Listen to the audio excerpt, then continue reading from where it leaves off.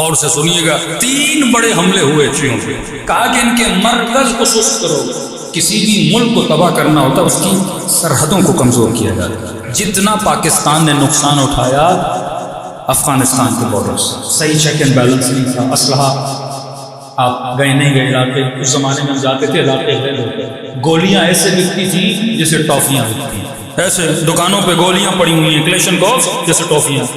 یہ مشرف کے بعد انہوں نے علاقے غیر ختم کیا اور سارا کیا، یعنی خود ہی کر لیتے تو خود ہی کر لیتے. بارڈرز جب مضبوط نہ ہو تو نفوذ ہوتا ہے. نفوذ سمجھتے ہیں؟ جب آپ گھر کی چھت بناؤ اس کو صحیح طریقے سے سیل نہ کرو تو جب بارش ہوگی تو یہ پانی کا قطرہ نفوذ کر کے اندر آ جائے گا. شیطان بھی ان کے دلوں میں داخل ہوتا ہے جن کے دلوں میں کوئی نہ کوئی چھوٹا سا سوراخ باقی ہو جہاں سے وہ نفوذ کر کے جاتے ہیں. ولایت و سیلنگ کا نام ہے جو مومن کے وجود کو ہر وہ جگہ جہاں سے شیطانی طاقتیں داخل ہو سکتی اسے بند کر دیتا ہے. اسپائی سمجھیں، جاسوس ملک میں کب آتا ہے، نفوذ کب کرتا ہے جب سرحدیں کمزور ہوتی ہیں، سسٹم کمزور ہوتا ہے، ایجنسیاں جب کمزور ہو جاتی ہیں تو دشمن یہاں پہ آ جاتا ہے. مشرف کے زمانے میں جتنی فورن ایجنسیاں پاکستان میں آئیں کسی جرنل کے زمانے میں نہیں آئیں.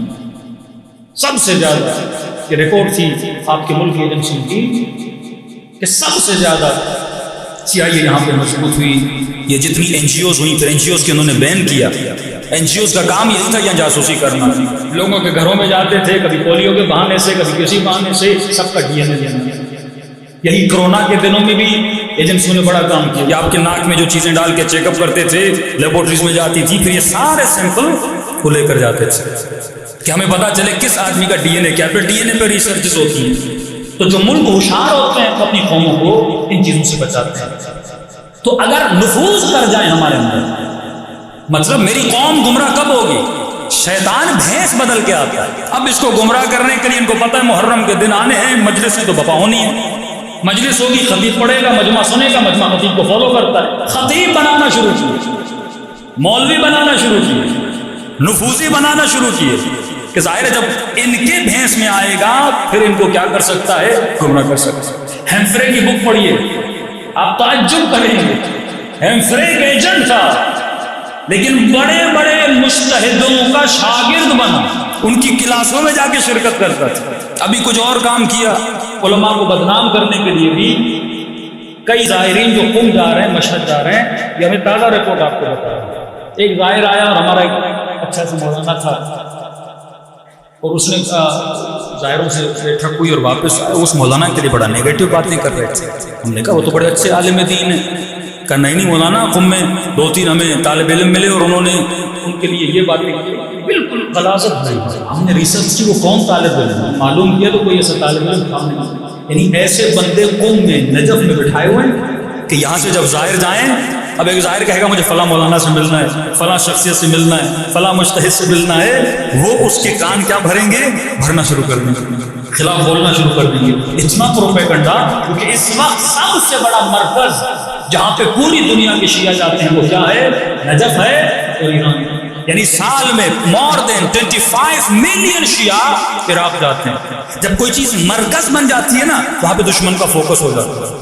مطلب 25 ملین شیعہ وہاں جا رہے ہیں اور الحمدللہ 40 کی برکت اتنی ہے.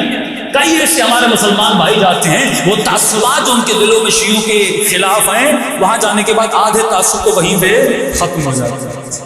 وہاں دیکھتے شیعوں میں تو تعصب ہے نہیں، ہاتھ باندھ کے نماز پڑھو، ہاتھ کھول کے نماز پڑھو، یہ تو ہماری خدمت کرتے ہیں، یہ تو یہ بولتے ہیں تو بس امام کا ظاہر ہے، ہمارا نگاہ شیعہ ہے یا سنی ہے. حسین نے کہا میرا مہمان جو بھی ہو اسے جاسا رہنے. جب یہ خدمت و اخلاق دیکھتے ہیں تو دشمن نے، امام فرماتے ہیں نا، ایک پلان وہ ہے جو دشمن بناتا ہے، ایک پلان وہ ہے جو خدا بناتا ہے. اور یہ دعا امام زمانہ کی کہ اے خدا دشمن کو دشمن سے لڑا دے. صدام بھی ہمارا دشمن تھا اور جنہوں نے صدام پہ حملہ کیا وہ بھی ہمارے دشمن تھے. اللہ نے دشمن کو دشمن سے لڑا کے ختم کر دیا اور راستہ کس کے لیے کھلا، مولا کے عزاداروں کے امام حسین سے ماننے والے. کہ آج ہر بندہ کہاں جا رہا ہے، کربلا جا رہا ہے. تو سب سے پہلی چیز ان کے اندر نفوذ کرو. نفوذ کرنے کے بعد جو ان کی آئیڈیالوجی ہے، جس چیز کی وجہ سے شیعہ مضبوط ہیں، اس چیز کو توڑو. کل میں نے عرض کیا تھا کہ امام زمانہ کی توقیع ہے، شیعو میں تجھے بے وارث چھوڑ کے نہیں جا رہا، میرے بعد اس کی طرف رجوع کرنا، پلٹ کے اس کی طرف جانا، سائنا لنفسہ، جس نے اپنے نفس پہ قابو پایا ہو۔ اور ہمارے اخبار میں، ہماری احادیث میں، قرآن کی آیات میں سب سے زیادہ علم رکھنا، یہ حکم عقل بھی ہے۔ جب بندہ بیمار ہو تو ڈاکٹر کے پاس جاتا ہے، بکرا کٹوانا ہو تو کسائی کو لے کر آتا ہے، مولوی کو لے کر نہیں آتا ہے، نکاح پڑھوانا ہو تو مولانا نکاح پڑھنے آتا ہے، کلینک سے کوئی ڈاکٹر نکاح پڑھنے نہیں آئے گا، کپڑے سلوانے ہو تو نائی کے پاس جاؤ گے، درزی کے پاس جاؤ گے۔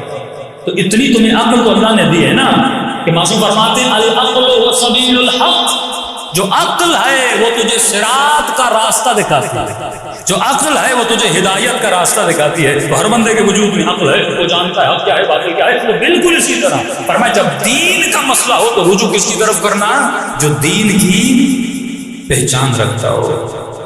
اب عوام کے اندر زہر ہو رہا ہے مراجع کے خلاف، مجتہدین کے خلاف،